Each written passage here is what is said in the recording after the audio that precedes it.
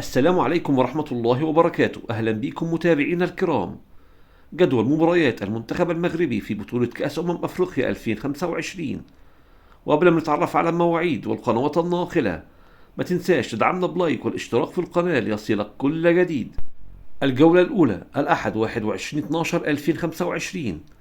المغرب في مواجهة جزر القمر عند الساعة 8 بتوقيت المغرب وتونس والجزائر، 9 بتوقيت مصر وليبيا والسودان، 10 بتوقيت السعودية.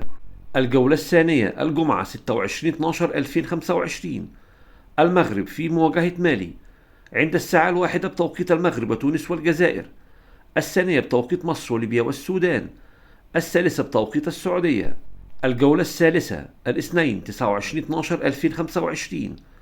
المغرب في مواجهة زامبيا عند الساعة 6:30 بتوقيت المغرب وتونس والجزائر، 7:30 بتوقيت مصر وليبيا والسودان، 8:30 بتوقيت السعودية.